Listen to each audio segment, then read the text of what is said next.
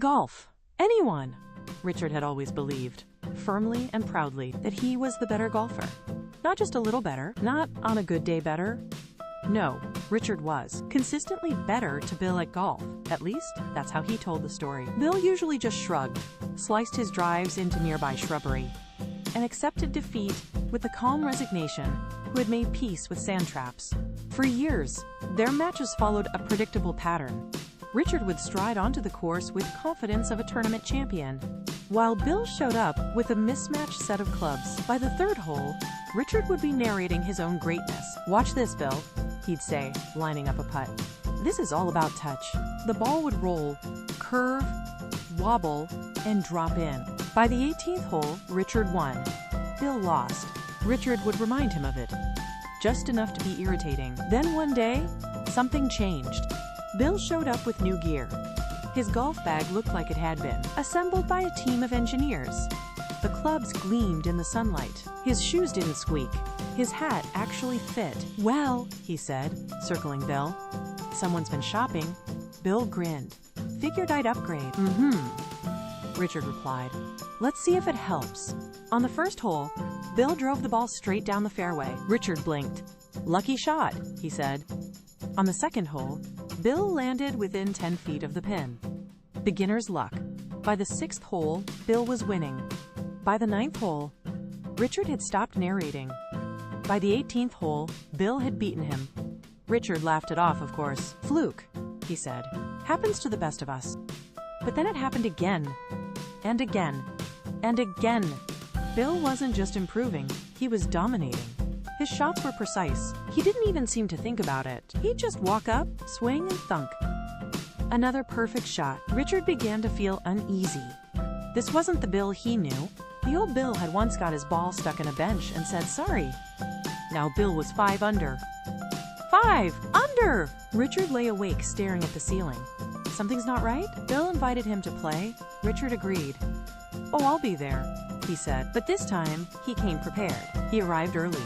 He inspected Bill's bag when Bill wasn't looking. He even sniffed one of the golf balls. Bill showed up, cheerful as ever. "Ready?" he said. "Always," Richard replied. Hole 1. Bill hit a perfect drive. Hole 2. Bill chipped within inches of the hole. Hole 3. Bill sank a putt from across the green without even lining it up. "Interesting," Richard said. By hole 8, Richard was walking behind Bill, watching him closely. Very closely.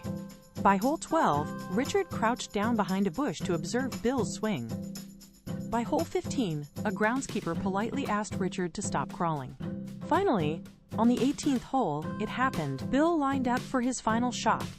It was a long one, tricky, the kind of shot that even Richard would hesitate to brag about. Bill took a casual swing. The ball flew curved slightly, then corrected itself mid-air. Richard's jaw dropped. The ball bounced once, twice, and rolled directly into the hole. Plink. Silence. Bill smiled. 5 under. Richard stared at him. "Good game," he said slowly. "Really good game." "Bill," Richard whispered, "what did you do?" Bill shrugged. "I bought new golf balls." Richard blinked. "Golf balls?" "Yep." "What kind of golf balls?" Bill reached into his pocket and handed one over. Richard examined it. It looked normal, white, dimpled, innocent. Then he noticed a tiny label. GPS enabled. Richard froze. GPS? Bill nodded proudly.